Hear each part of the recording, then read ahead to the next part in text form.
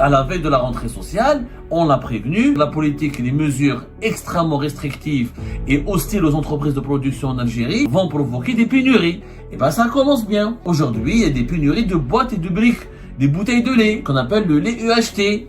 Le lait Candia notamment, parce que la marque Candia, c'est la marque qui domine le marché à pratiquement à 70%. Toutes les marques de lait aujourd'hui, que ce soit Chinley Candia, Soumam, Obli, Orami, et ce lait qui est vendu en briques et en bouteilles, aujourd'hui, il fait l'objet d'une pénurie. L'entreprise Candia, par exemple, elle a confirmé sur sa page Facebook qu'effectivement, ces produits commencent à manquer sur le marché à cause de la problématique de l'impossibilité d'importer de la matière première. Ce sera pas possible. On va se retrouver avec des queues interminables pour acheter du lait, des scènes tout simplement humiliantes, faire la queue, à attendre que le lait, on se réveille très tôt le matin pour trouver un sachet de lait ou deux, avec du copinage, du népotisme, de la revente sur le marché informel, la police, la gendarmerie vont encadrer ces opérations. Si on ne laisse pas les entreprises algériennes ramener la matière première, on ne peut pas produire ces produits. Donc on va se diriger dans les jours à venir. Préparez-vous à des pénuries de yaourt, de fromage. Ah, Keritha! Parce que nous avons un monsieur qui s'appelle Kamel Zi qui a décidé de tout bloquer et de s'attaquer. Ça, c'est des entreprises de production. On ne va pas priver la population de lait parce qu'on doit préserver les réserves de change.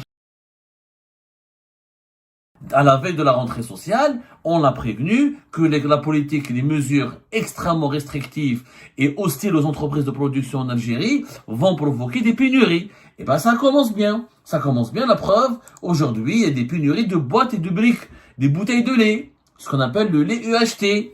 Le lait Candia notamment, on appelle nous le lait Candia parce que la marque Candia, c'est la marque qui domine le marché à pratiquement à 70%, mais pratiquement toutes les marques de lait aujourd'hui, que ce soit Chinley Candia, Soumam, Obli, Orami, il y a toutes les variétés de lait, le lait demi, ce qu'on appelle le lait entier, le lait demi-écrémé, toutes les boîtes de lait, pas le lait en sachet. En Algérie, nous avons deux types de lait, comme dans beaucoup de pays à travers le monde, mais essentiellement là.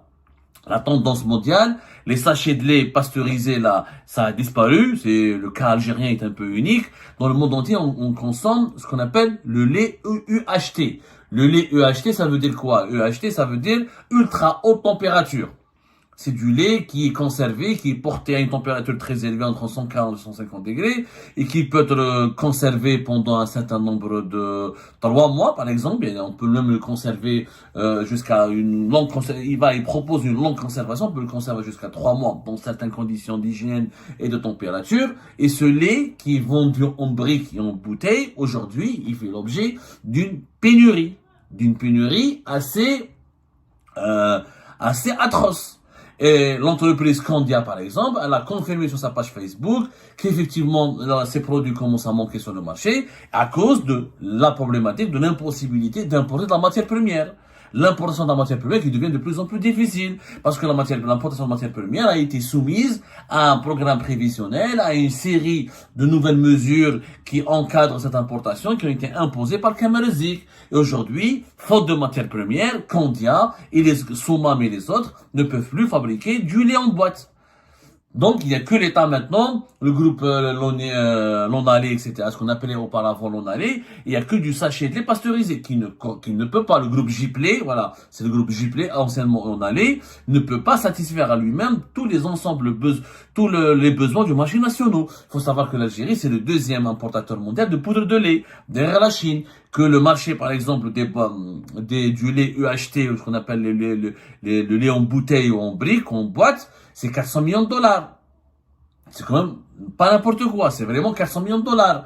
C'est un marché important, les Algériens consomment beaucoup ce lait.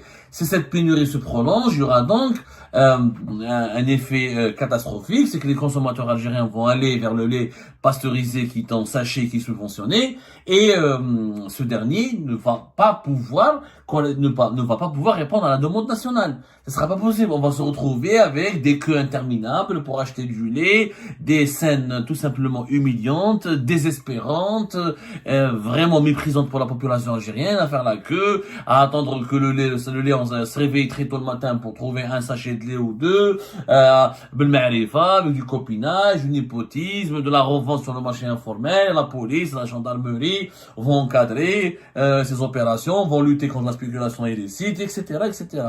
C'est des pratiques extrêmement scandaleuse. Et attention, cette pénurie de lait, dans les boîtes de lait ou le lait EHT, qui touche pour le moment toutes les marques confondues, elle va s'étendre à d'autres produits laitiers, comme le yaourt, comme les fromages, comme les glaces. Parce que tous ces produits-là, c'est l'importation de la poudre de lait. Et si la matière première n'est pas ramenée, si on n'autorise pas, si on ne laisse pas les entreprises algériennes ramener la matière première, on ne peut pas produire ces produits. Donc on va se diriger dans les jours à venir, préparez-vous à des pénuries de yaourt, de fromage et d'autres produits laitiers, de camembert, etc. Donc on va se retrouver avec des pénuries extrêmement graves qui toucheront tous les produits laitiers qui sont extrêmement consommés par les Algériens et les Algériens. Et ils sont consommés davantage que les autres produits parce qu'ils ont été censés être moins chers. On consomme du lait ou du fromage ou du fromage, etc. Parce que c'est moins cher que d'aller acheter de la viande, moins cher que certains légumes et certains fruits, moins cher que les poissons. Maintenant, même si les produits laitiers qui étaient plus ou moins abordables pour les consommateurs algériens vont devenir inabordables. Et on fera une émission plus tard sur le marché des produits laitiers en Algérie, qui est un marché stratégique. C'est stratégique. Les produits laitiers, c'est la consommation de base. C'est un aliment de base. C'est un aliment de base. Donc on ne peut pas aujourd'hui priver les Algériennes et les Algériens du jour au lendemain de ces produits laitiers de base parce que leurs entreprises ne peuvent pas les produire. Ni Candia, ni Soumam, ni Rami. Keritha.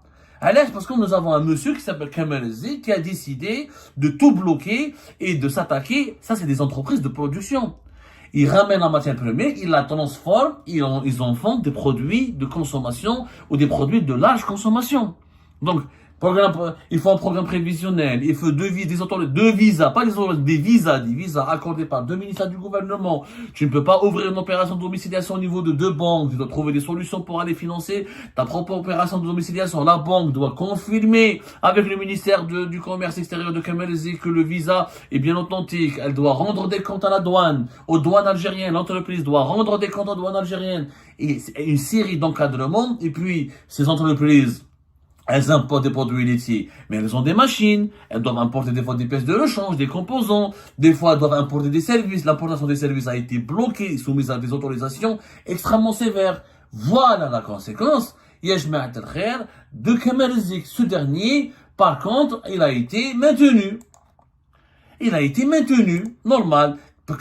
Parce que Monsieur Larbaoui n'a pas été là à l'accident de Harrach et parce qu'il a dit non, il n'a pas été d'accord avec Tebboune, il n'a pas voulu approuver ou montrer son enthousiasme pour l'importation de 2000 bus neufs, on le limoge, on le licencie. Mais quelqu'un qui a provoqué des catastrophes majeures, dont des pénuries de produits de large consommation, on le maintient. Je rappelle que l'Algérien consomme pratiquement 140 litres de lait en moyenne par an et par habitant. Et la consommation nationale a atteint 5,5 milliards de litres. Il faut savoir que la production nationale ne couvre que 55% des besoins.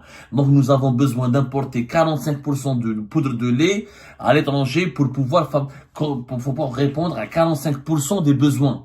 Voilà, c'est pour ça que nous sommes parmi les trois gros importateurs de poudre de lait avec la Chine et le Mexique en général. Donc, mais c'est important. On ne va pas priver la population de lait parce qu'on doit préserver les réserves de change. C'est complètement, c'est grave. C'est grave. Nous n'avons pas les capacités de produire plus de quoi répondre à 45-46% de nos besoins. Donc, on doit importer. Donc, si t'as pas de matière première, tu peux pas produire du lait, tu peux pas produire du yaourt, des fromages, etc. Et toute la variété de produits laitiers qui est nécessaire pour la consommation, pour les consommateurs algériens. Donc, comment on va faire voilà, pour préserver 1 ou 2 milliards de dollars, il faut demander aux Algériens et aux Algériens d'aller faire la queue, de se bagarrer, de quémander un sachet de lait parce que le lait en brique, en bouteille ou en boîte n'est plus disponible. C'est une honte. C'est une honte. Derrière l'importation de matières premières, nous avons une industrie de transformation. L'industrie de transformation en Algérie, l'industrie algérienne transforme 3,4 milliards de litres de lait. Dont 1,6 milliard de litres de lait, c'est pour la production de lait. Et 0,8 milliard pour la production de yaourt, des desserts et les boissons fermentées.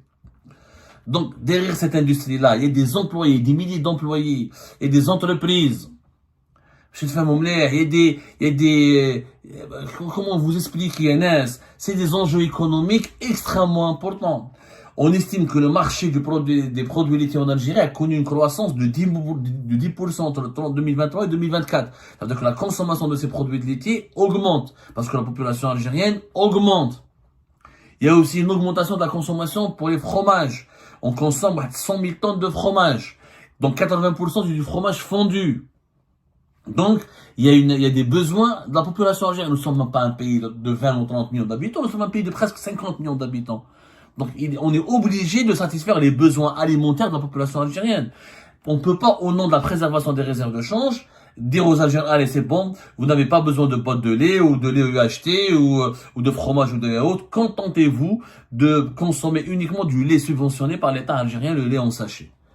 Ça n'a pas de sens, du lait pasteurisé.